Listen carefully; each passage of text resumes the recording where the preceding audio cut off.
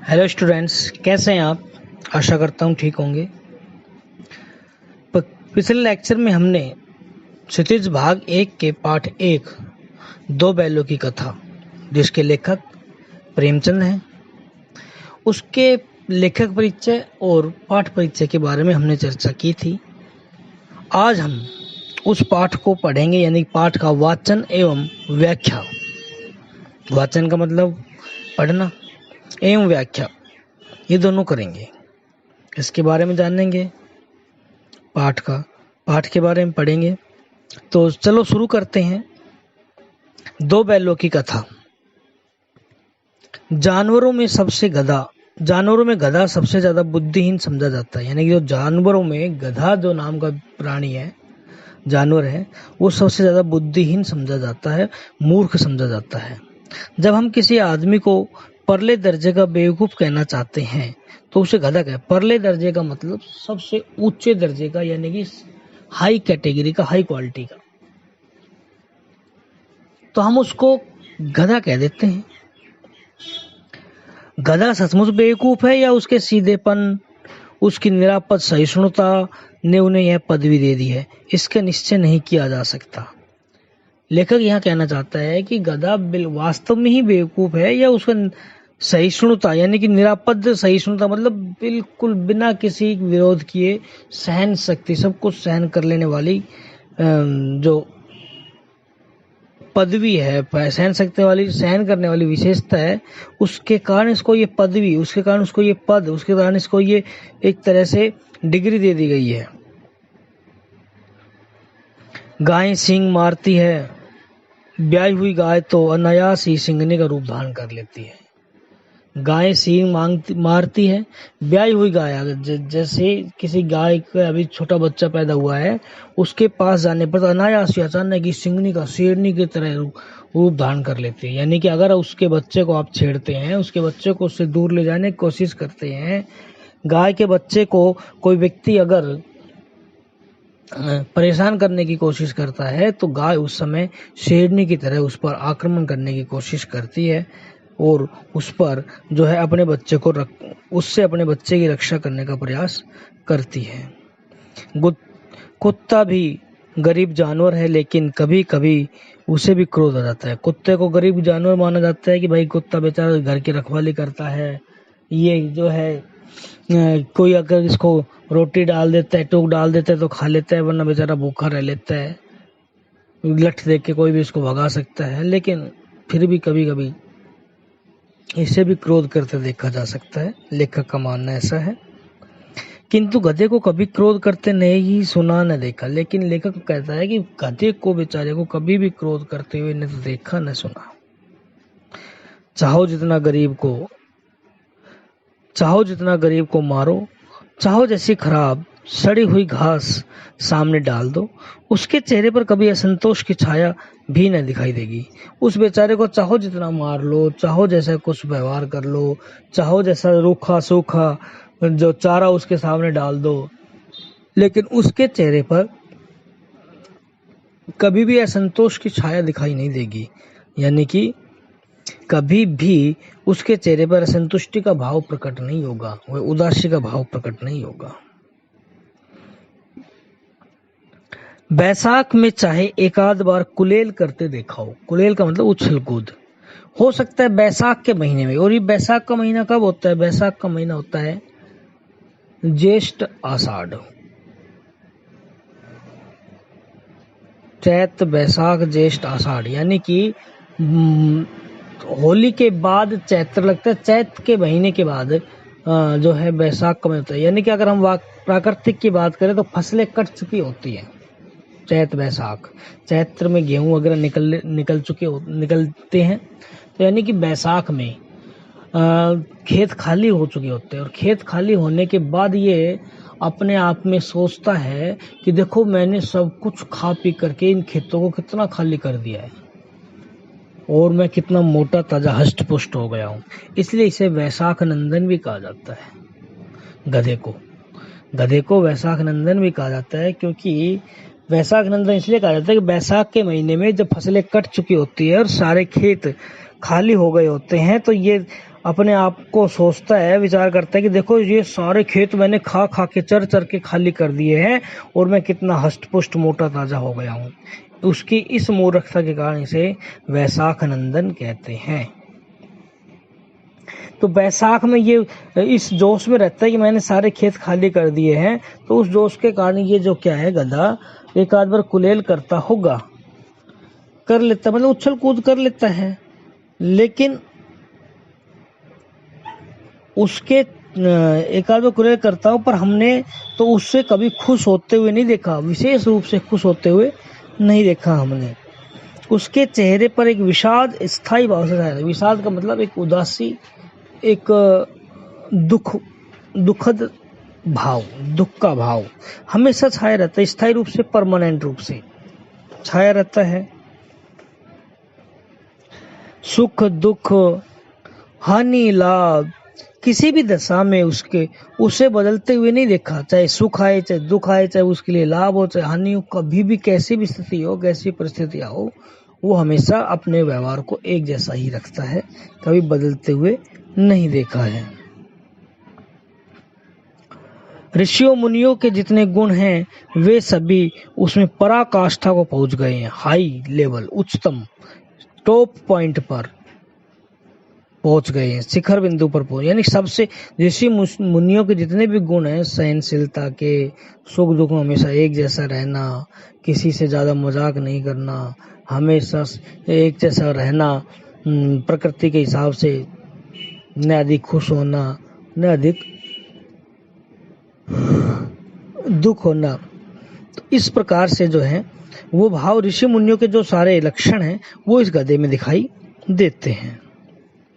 पर आदमी उसे बेवकूफ कहता है, फिर भी आदमी उसे बेवकूफ कहता है। सद्गुणों का इतना अनादर कहीं नहीं देखा, यानी इतने अच्छे गुणों का गुण होने के बाद भी किसी प्राणी का, किसी व्यक्ति का अनादर किया जाए, उसका अपमान किया जाए, ये पहले कहीं पर भी नहीं देखा है। कदाचित सीधापन संसार के लिए उपयुक्त नहीं है, कदाचित शायद सीधापन ज्यादा समय, मतलब एक सीमा से ज्यादा, हद से ज्यादा सीधा होना, सरल होना, सज्जन होना भी संसार के लिए जायज नहीं है। क्यों? क्योंकि सीधेपन का फायदा हर कोई उठाने को तैयार रहता है, इसलिए मनुष्य को इतना ज्यादा सीधापन भी अच्छा नहीं रहता है। देखिए ना, भारतवासियों, ये उस समय की बात करता है जब हमारे देश में अंग्रेजों का राज था और हम भारतीयों को हर जगह पर अपमान सहना पड़ता था, चाहे महात्मा गांधी को दक्षिण अफ्रीका में उतारा गया हो ट्रेन से, चाहे और जगह पर हम भारतीयों पर अत्याचार किए जाते हो, हमसे बहुत बुरा व्यवहार किया जाता हो, तो उसी आधार पर ये लेखक कहना चाहता है कि देखिए ना, अफ्रीका में, भारतवासियों के अफ्रीका में क्या दुर्दशा हो रही है, क्यों अमेरिका में उन्हें घुसने नहीं दिया जाता है। बेचारे शराब नहीं पीते, 4 पैसे कुछ समय के लिए बचा कर रखते हैं, जी तोड़कर काम करते हैं, किसी से लड़ाई झगड़ा नहीं करते, 4 बातें सुनकर गम खा जाते हैं, फिर भी शांति रख लेते हैं, फिर भी बदनाम है। कहा जाता है कि ये जीवन के आदर्श को नीचा कर रहे हैं, जीवन के मूल्यों को गिरा रहे हैं, लाइफ स्टाइल को नीचा कर दिखा रहे हैं। अगर वे भी ईंट का जवाब पत्थर से देना सीख जाते, यानी कि टिट फॉर टैट वाली स्थिति कर देते, जैसे का तैसा, अगर वे भी अपना जवाब लोगों का विरोध करके, प्रतिरोध करके उनका जवाब देना शुरू कर देते, तो वो सभ्य कहलाने लगते, वो एक बहुत बड़े आदर्श परिवार, आदर्श देश के लोग कहलाने लगते। जापान की मिसाल सामने है, जापान का उदाहरण सामने है। एक ही विजय ने उसे संसार की सभ्य जातियों में गण्य बना दिया। जापान की एक ही जीत ने उसे संसार के सभ्य लोगों के, सभ्य देशों के लाइन में खड़ा कर दिया, यानी सब लोग उसका सम्मान करने लगे, सब लोग उसे अच्छा मानने लगे। लेकिन गधे का एक छोटा भाई और भी है जो उससे कम ही गधा है, यानी कि उससे कम बेवकूफ है, और वह है बैल। जिस अर्थ में हम गधे का प्रयोग करते हैं, यानी मूर्ख के अर्थ में, जिस अर्थ में हम गधे का प्रयोग करते हैं, कुछ लोग बैल को शायद बेवकूफों में जिस अर्थ में हम गधे का प्रयोग करते हैं, कुछ उसी से मिलते जुलते अर्थ में बछिया के ताऊ का भी प्रयोग कर लेते हैं। यानी जैसे हम कहते हैं गधा है, उसी तरह उसी को एक तरह से किसी व्यक्ति को बेवकूफ समझने के लिए, बेवकूफ बताने के लिए हम उसे बछिया का ताऊ भी कह देते हैं। कुछ लोग बैल को शायद बेवकूफों को सर्वश्रेष्ठ कहेंगे, मगर हमारा विचार ऐसा नहीं है। हमारा ऐसा विचार नहीं है। हो सकता है कि लोग मानते हो कि बैल बेवकूफ होता है, लेकिन हम नहीं कह सकते कि बैल बेवकूफ होता है। बैल कभी कभी मारता भी है और कभी कभी अड़ियल बैल भी देखने को आता है। अड़ियल बैल यानी कि अपनी जिद पर अड़ जाता है, मालिक फिर चाहे कितना ही डंडा मारे वो वहां से नहीं सरकता है। और भी कई रीतियों में अपना असंतोष प्रकट कर देता है, अतः उसका स्थान गधे से नीचा ही है।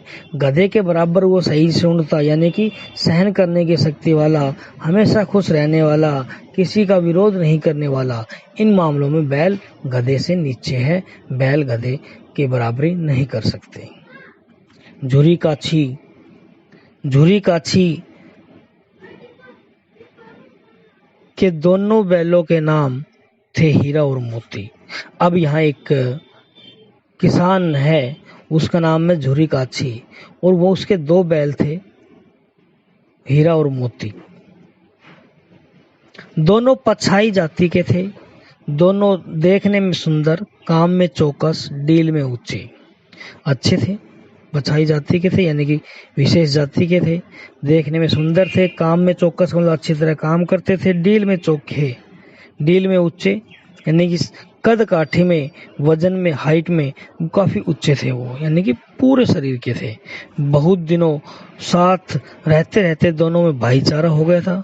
दोनों आमने सामने या आसपास बैठे हुए एक दूसरे से मूक भाषा में विचार विनिमय करते थे। मूक भाषा में, गुप्त भाषा में, मौन भाषा में चुपचाप रहकर ही विचार विनिमय कर लेते थे उनको, और एक दूसरे की मन की बातों, विचार विनिमय मतलब विचारों का आदान प्रदान, एक दूसरे की मन की बातों को समझ लिया करते थे। एक दूसरे के मन की बात कैसे समझ जाता था, हम नहीं कह सकते भाई बिना बोले हुए, बिना भाषा का प्रयोग किए हुए वे एक दूसरे के मन की बातों को कैसे समझ जाते थे, इस बारे में नहीं कहा जा सकता। अवश्य ही उनमें कोई ऐसी गुप्त शक्ति थी जिसे जीवों में श्रेष्ठता का दावा करने वाला मनुष्य वंचित है। ये पंक्ति बड़ी महत्वपूर्ण है। पीछे इसके बारे में क्वेश्चन भी बनता है, प्रश्न भी बनता है कि आज से स्पष्ट कीजिए, उसमें ये पंक्ति आएगी। तो इस पंक्ति का भावार्थ क्या है, आज से क्या है कि अवश्य ही उनमें कोई ऐसी गुप्त शक्ति थी, एक दूसरे की मन की बातों को समझने के लिए ऐसी कोई गुप्त शक्ति थी, ऐसी कोई प्रभु के द्वारा दी हुई गुप्त शक्ति थी जो मनुष्य स्वयं को, जो जीवों में, जिससे जीवों में श्रेष्ठता का दावा करने वाले, जीवों में श्रेष्ठता का दावा कौन करता है, मनुष्य, यानी मनुष्य स्वयं को श्रेष्ठ साबित करता है, सभी प्राणियों में सर्वश्रेष्ठ मानता है। तो जिससे सभी प्राणियों में सर्वश्रेष्ठ, स्वयं को सर्वश्रेष्ठ मानने वाले मनुष्य भी वंचित है। वो शक्ति तो मनुष्य के पास भी नहीं है। बिना बोले समझने वाली बात कि बिना बोले ही एक बैल दूसरे बैल के मन की बात को समझ जाता था, ऐसी शक्ति मनुष्य जो कि स्वयं को सर्वश्रेष्ठ प्राणी मानता है उसके पास भी नहीं है।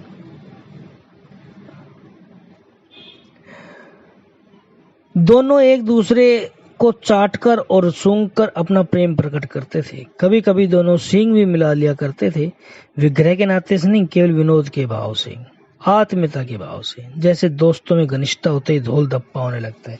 दोनों एक दूसरे को चाट चूट कर, सूंघ करके एक दूसरे की थकान मिटा दिया करते थे। कभी कभी दोनों सींग में मिला लिया करते थे, लेकिन विग्रह के मतलब दुश्मनी के भाव से नहीं, अलग होने के भाव से नहीं, विद्रोह के भाव से नहीं, बल्कि एक दूसरे से प्रेम भाव से विनोद के भाव से, मनोरंजन के भाव से, जैसे दोस्तों के बीच में धोल धप्पा होता रहता है, यानी थोड़ी बहुत हंसी मजाक मारपीट चलती रहती है, तब तक। इसके बिना दोस्ती कुछ फुसफुसी सी, कुछ हल्की सी लगती है, जिस पर ज्यादा विश्वास नहीं करता। जब तक दोस्तों में आपस में लड़ाई झगड़ा ना हो, खींचातानी ना हो, थोड़ी बहुत एक दूसरे से मजाक ना हो, एक दूसरे के बारे में थोड़ा सा जो है एक हाथापाई ना हो, तब तक दोस्ती कुछ अधूरी सी लगती है। यानी किसी चीज को छीन कर खा लेना, किसी चीज को छिपा देना, किसी चीज को लिए उसको परेशान करना, इस प्रकार की अगर बातें ना हो तो दोस्ती कुछ फुसफुसी सी लगती है। जब तक दोस्ती आप तक रहती है तो वो हल्की दोस्ती होती है, लेकिन जैसे ही दोस्ती में तू शब्द का प्रयोग होने लग जाता है तो समझ लेना कि या तो वो गहरे दोस्त हैं या गहरे दुश्मन हैं। तू का प्रयोग या तो बहुत अधिक प्रेम करने वालों के लिए किया जाता है, आपने 8वीं 7वीं व्याकरण में पढ़ा होगा, बहुत ही अधिक आपस में प्रेम करने वालों के लिए किया जाता है, और या फिर किसी का तिरस्कार करने के लिए, किसी का अपमान करने के लिए किया जाता है। तो जब तक दोस्ती में इस प्रकार का धौल धप्पा ना चले तब तक फुसफुसी सी रहती है, यानी कि दोस्ती अधूरी सी मानी जाती है। जिस वक्त ये दोनों बैल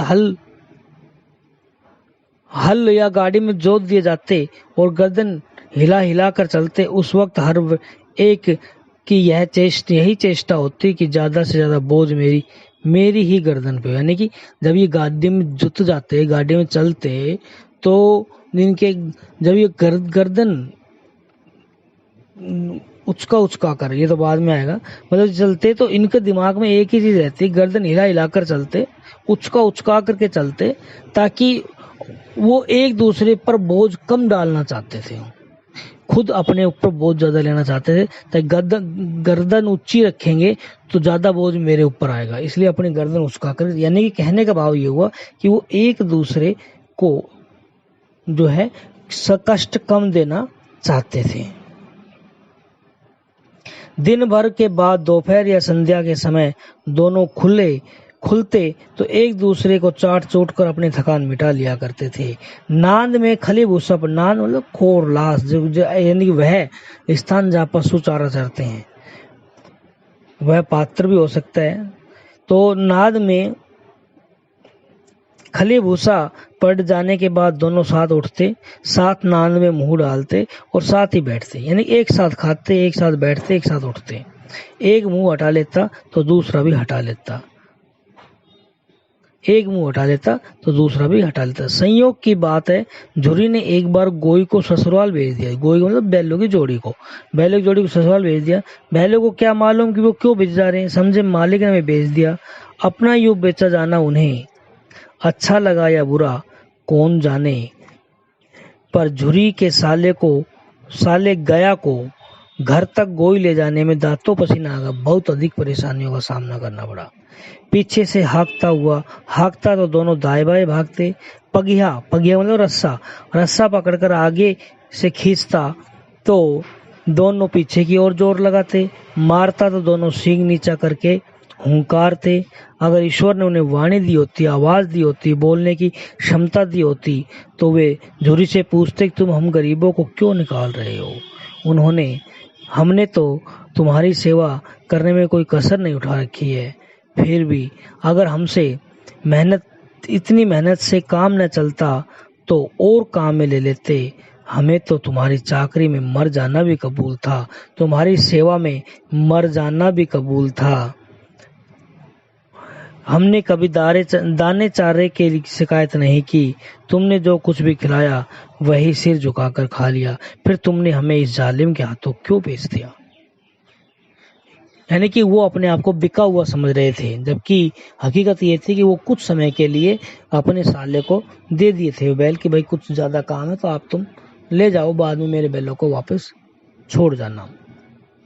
तो आज के लिए यहाँ पर इतना ही काफी। एक प्रश्न बनता है, अगर आप फाइंड आउट करना चाहो तो, कि दो बैलों की कथा में लेखक ने दुर्दशा के एक मिनट ये तो अन्य महत्वपूर्ण प्रश्न में हमने देख लिया। एक प्रश्न बनता है कि प्रश्न संख्या 4, प्रस्तुत कहानी में प्रेमचंद ने गधे की किन स्वभावगत विशेषताओं के आधार पर उनके प्रति रूढ़ अर्थ मूर्ख का प्रयोग न करके नए अर्थ की ओर संकेत किया है। ये प्रश्न बनता है। इसको अगर आप करना चाहें फाइंड आउट तो जरूर करें, और आशा है कॉपी आपने बना रखी होंगी। बार बार कहने की आवश्यकता नहीं होनी चाहिए और आप गृह कार्य करते रहें। मिलते हैं अगले लेक्चर में इसी पाठ से बचे हुए पाठ के साथ। तब तक के लिए घर में रहिए, पढ़ते रहिए, स्वस्थ रहिए, मस्त रहिए। धन्यवाद।